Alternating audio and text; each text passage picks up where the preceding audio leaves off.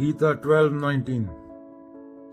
जो आदमी, जो मनुष्य मित्र और शत्रु दोनों में समान भाव रखता है, मान अपमान, ठंड गर्मी, सुख दुख में समान रहता है, जो किसी से आसक्त नहीं होता, जिसके लिए निंदक और प्रशंसा, निंदा और प्रशंसा एक समान है, जो मौन है, जो भी मिल जाए उसमें संतुष्ट है, अपनी जो किसी घर या देश से बंधा नहीं, हवा की तरह है, करने से तुम बहता है, जिसकी बुद्धि स्थिर है और जो सत्य से प्रेम रखता है, वह यहाँ भक्ति का सार बता रहे हैं। ये है।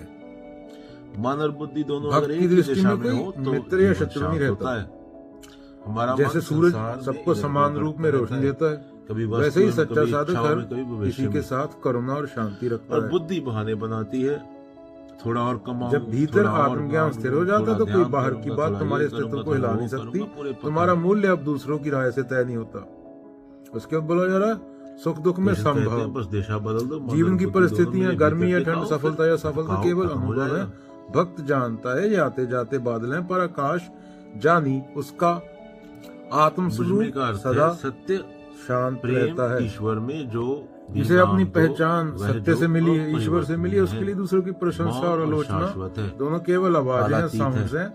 वह भीतर मौन रहता है। जब मन ईश्वर में कबीर ने कहा माले कितना दीजिए, जामे कुटुंब समाए। जो ही मिल जाए वही काफी है, ईश्वर में स्थिर होती है, क्योंकि भीतर का आनंद किसी वस्तु विशेष पर निर्भर नहीं है।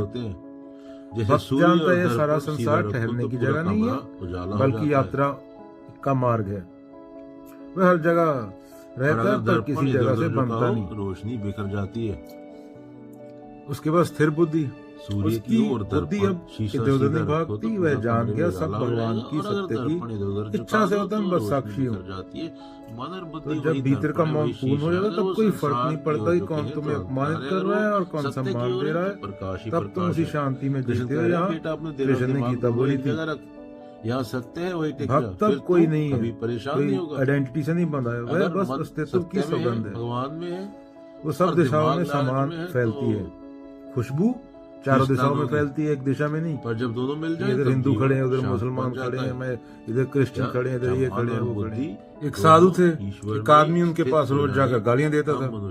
साधु रोज मुस्कुराते थे। किसी ने पूछा बाबा आपको गुस्सा नहीं आता? साधु बोले अगर कोई तुम्हें तोहफा दे और तुम तोहफा लो ही ना, समस्या है, तो वह तोहफा किसका रह जाता है? तो बंदा बोला देने वाले का। साधु हंसा, तो मैं उसकी गालियां नहीं लेता। यही है, कृष्ण यही बोल रहे हैं। चलो।